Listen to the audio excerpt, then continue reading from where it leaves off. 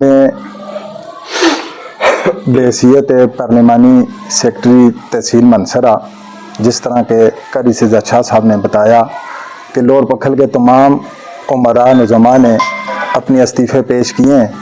میں نے بھی اپنا وہ پارٹی کا عہدہ تھا میرے پاس، میں اس سے مستعفی ہونے کا اعلان کرتا ہوں۔ ان استعفوں کے پیچھے ہماری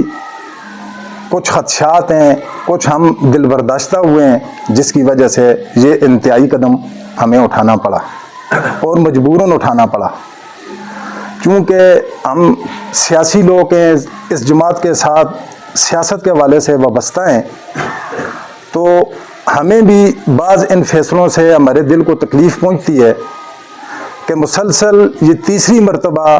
جمعیت علماء اسلام اپنے نظریاتی کارکنان کو، ان کے دل کو خفا کرتے ہیں۔ ضلع منسرا جمعیت علماء اسلام ضلع منسرا وہ کارکنان کے جذبات کے ساتھ کھیلتے ہیں اور اپنے من پسند فیصلے کرتے ہیں، اور جن کے حق میں اپنے من پسند فیصلے کرتے ہیں وہ صرف ہماری جماعت کے ساتھ الیکشن کمپین میں 1.5-2 مہینے رہتے ہیں، اس کے بعد وہ نظر نہیں آتے، صرف وہ ہمارا پلیٹ فارم استعمال کرنے کے لیے ہماری جماعت میں آتے ہیں۔ تو ہم بھی ظاہر سی بات ہے، لور پکھل میں تو جمعیت علماء اسلام کا ایک بہت مضبوط جنبہ ہے، جمعیت علماء اسلام یہاں پر فعال تھی، مضبوط تھی، تو ہم ساتھیوں نے بار بار اپنی درخواست کی،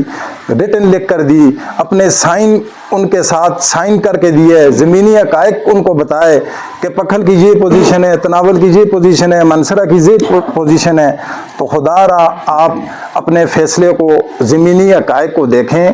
ورکر کے جذبات کو دیکھیں، اس کے بعد اپنا فیصلہ کریں۔ لیکن ہماری کوئی بھی نہیں سنی گئی، انہوں نے وہی اپنا من پسند فیصلہ کیا۔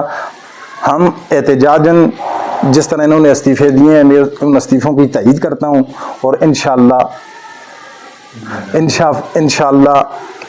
آگے بھی ہم اسی طرح مشاورت کے ساتھ چلیں گے۔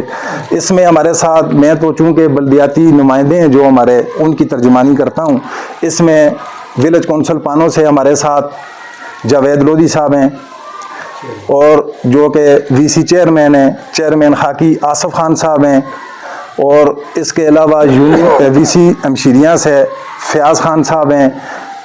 وی سی تمرکھولا سے علی فرمان لالا ہیں، تو ان کی نمائندگی کرتا ہوں۔ انشاءاللہ ہم اپنے